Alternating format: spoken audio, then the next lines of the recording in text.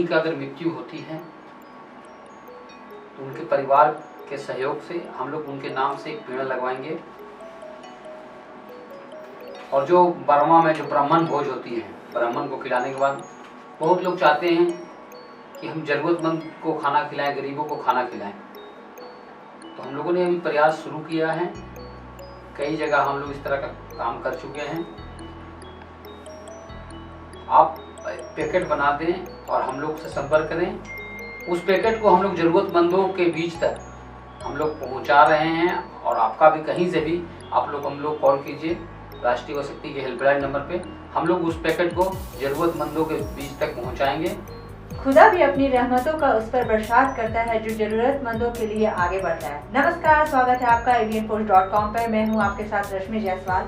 आज हमारे साथ स्टूडियो में मौजूद है केंद्रीय राष्ट्रीय युवा शक्ति के अध्यक्ष उत्तम यादव जी। आप राष्ट्रीय युवा शक्ति के केंद्रीय अध्यक्ष है, तो सबसे पहले हम आपसे ये जानना चाहेंगे कि ये युवा शक्ति क्या है और ये कैसे काम करती है। देखिए, राष्ट्रीय युवा शक्ति एक जुनून है। 2013 में हम नौजवानों ने तय किया कि कुछ अलग हटके करना चाहिए। तो हम लोगों ने स्वतंत्रता दिवस पर करीब 100 नौजवानों ने छोटी सी झांकी के साथ शहीद स्थल पे हम लोग झंडोत्तोलन करके और साउंड सिस्टम के साथ परमवीर अलवाटे का चौक होते हुए, सरजना चौक होते हुए काली मंदिर से हम लोग वापस घूमे थे। उसमें साउंड सिस्टम भी हमारा खराब हो चुका था, शुरुआत मैंने हल्का सा बड़े साउंड सिस्टम भी खराब हो चुका। और हम लोग सबको अपने हाथ में तिरंगा लेकर भारत माता की जयकारे नारे लगाते हुए आगे बढ़े।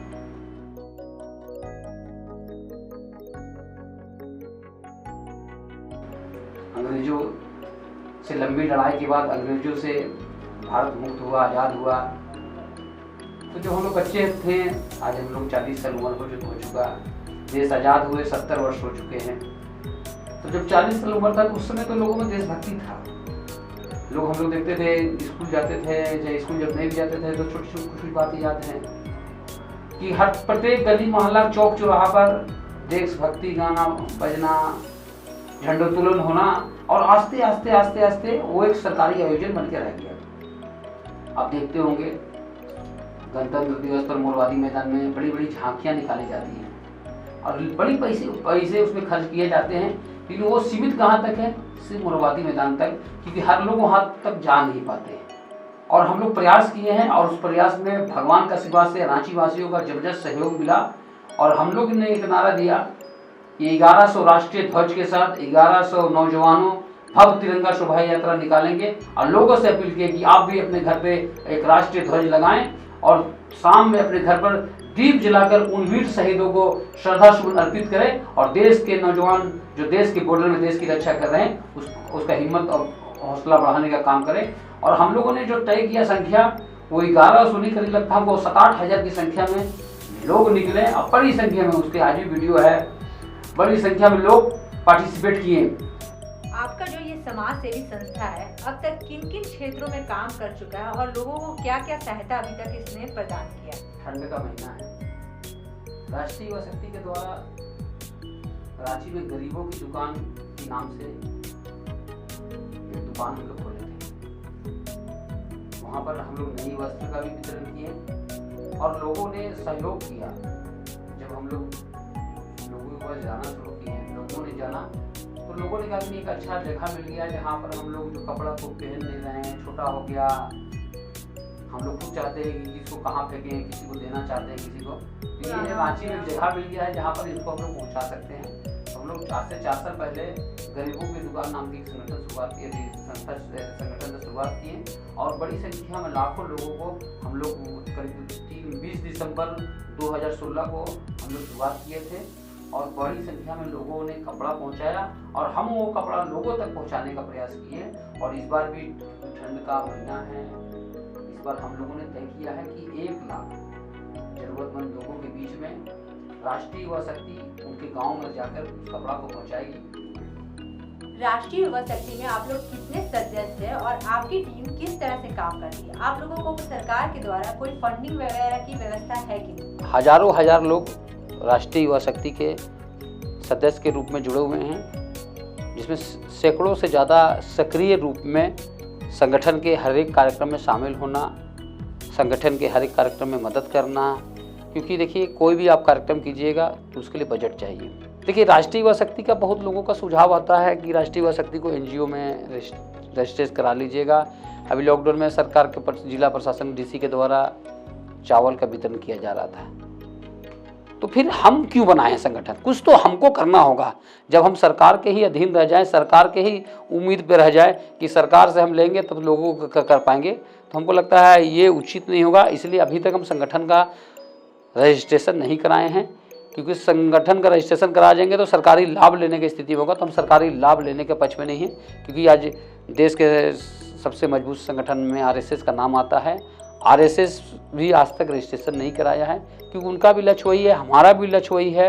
वो लोग हिंदुत्व पे काम करती है, राष्ट्रीय युवा शक्ति तिरंगे पे, शहीद पे हम लोग वर्क करते हैं। तो वो बजट आप लाते कहाँ से? देखिए हम लोग का जो अपना कमाई है, जिस काम में हम लोग लगे हुए हैं और भी संगठन के लोग लगे हुए हैं, उसी में से अपनी पैसा को काट कर हम लोग लोगों तक पहुंचाते हैं। राष्ट्रीय युवा शक्ति का उद्देश्य ही सैनिकों पर आधारित है, तो अभी आप सैनिकों के लिए, शहीदों के लिए क्या क्या कर रहे हैं? अभी हाल में ही गलवान घाटी की जो घटना घटी थी, जिसमें हमारे देश के 20 जवान शहीद हो गए थे, और हम लोग झारखंड में रहते हैं। जब भी देश की सेवा की बात आती है तो उसमें झारखंड के नौजवान जरूर वीर गति को प्राप्त करते हैं। आज कोई भी घटना घटी है, चाहे वो पुलवामा हो, चाहे वो उरी हो, चाहे वो गलवान घाटी हो, तो प्रत्येक बार झारखंड का कोई लाल झारखंड और देश के लिए वीर गति का प्राप्त किए हैं। तो गलवान घाटी में देश के 20 जवान शहीद हुए थे। उसमें 2 जवान, एक बारागौड़ा के गणेश हादसा और दूसरा कुंदन कुमार ओझा साहिबगंज के शहीद हुए थे। ऐसा लोगों का मानना है कि समाज सेवा आदमी 2 कारणों से करता है, या तो एक प्रसिद्धि पाने के लिए या दूसरा दौलत पाने के लिए। तो क्या आप इन दोनों कारणों में से किसी कारण से जुड़े हुए हैं समाज सेवा के प्रति? हम लोग का मकसद एक ही है, उद्देश्य एक ही है कि राष्ट्रीय युवा शक्ति बनना था, शहीद को उसका अधिकार दिलाने के लिए। आज हमारा गणतंत्र दिवस और स्वतंत्र दिवस एक सरकारी आयोजन बन के रह चुका है। उसे हर एक व्यक्ति तक का दिल दिमाग में पहुंचाना है। तीसरा कि आज के यूथ रांची में काफ़ी तेज़ी से सूखे नशे की ओर बढ़ रहे हैं। इंजेक्शन लेना, टैबलेट खाना, सिरप पीना, तो इन लोग नौजवानों जो तेज़ी से गलत राह की ओर भाग रहे हैं, उसको मुख्य धारा में लाकर उसके दिल दिमाग में देशभक्ति की भावना डालना, कि उसको बस एक ही उद्देश्य रहे कि मैं एक भारतीय हूँ, मैं भारतीय नौजवान हूँ, हमें कुछ करना है तो भारत के लिए करना है। हमारी ये उद्देश्य है और इसी उद्देश्य के साथ आगे हम बढ़ेंगे। और आप लोगों का सहयोग, रांची वासियों का जिस तरह सहयोग मिल रहा है, हम जिस दिन इस उद्देश्य पे सफल हो गए उस दिन हम अपने आप को सफल मानेंगे। कहते हैं आदमी जो समाज सेवा करता है वो आगे जाके भविष्य में राजनीति की ओर रुख कर जाता है, तो क्या आप भविष्य में राजनीति की ओर जाने की सोच रहे हैं? 2006 में ही झारखंड में एक पार्टी बना था जिसका नाम था झारखंड विकास मोर्चा। उसी दल से राजनीति का शुरुआत किए और युवा मोर्चा रांची महानगर के अध्यक्ष का जिम्मेदारी भी मिला। बाद में युवा मोर्चा के केंद्रीय अध्यक्ष बने। लेकिन आस्ते आस्ते अपने आप को राजनीतिक से मैसाइड करते हुए हम सेवा में चले गए और अभी भारतीय जनता पार्टी में शामिल होने के बाद हम लोगों ने कहा, सभी लोगों को कह दिया कि नहीं, हमें कोई दायित्व नहीं चाहिए, मैं एक साधारण व्यक्ति की तरह काम करूंगा। हमारा उद्देश्य है कि राष्ट्रीय युवा शक्ति को जिस उद्देश्य के साथ बनाए थे उसे मुकाम तक पहुंचाना है, क्योंकि 2 नाव की सवारी कर नहीं पाएंगे। इसलिए हमने अपने आप को राजनीति से सेट करते हुए राष्ट्रीय युवा शक्ति पे हमने काम करने का ये संकल्प लिया और इसीलिए अपने आप को राजनीति से फिलहाल सेट कर लिया। भविष्य में आपकी संस्था की और आपकी टीम की क्या योजनाएं हैं? देखिए, भविष्य की जो योजना है, जो झारखंड के लिए, झारखंड का जवान देश के लिए और पूरे भारत के लाखों जवान जो वीर गति को प्राप्त किए हैं उसके परिवारों को उसका अधिकार मिले, उसे जो नियमावली होती है वो मिले। नियमावली में होती है 5 एकड़ ज़मीन मिलना, 11 कट्ठा ज़मीन उनको घर बनाने के लिए दिया जाए। मैं आपके माध्यम से बात कहना चाहता हूँ कि जब प्रधानमंत्री और राज्य सरकार के फंड से जब आम लोगों को आवास योजना का लाभ दिया जा सकता है तो क्या 25-50 लाख रुपया का घर उन शहीद की पत्नी को नहीं दिया जा सकता है? आज पूरा झारखंड भगवान बिरसा मुंडा के नाम से है, लेकिन उलियातू चले जाइएगा, स्थिति किसी से छुपा हुआ नहीं है। तो हम आपके माध्यम से हम लोग अपील करते हैं और राष्ट्रीय युवा शक्ति का उद्देश्य है कि उन शहीद की पत्नी को उसका अधिकार दिलाना जो आज तक नहीं मिल पाया है।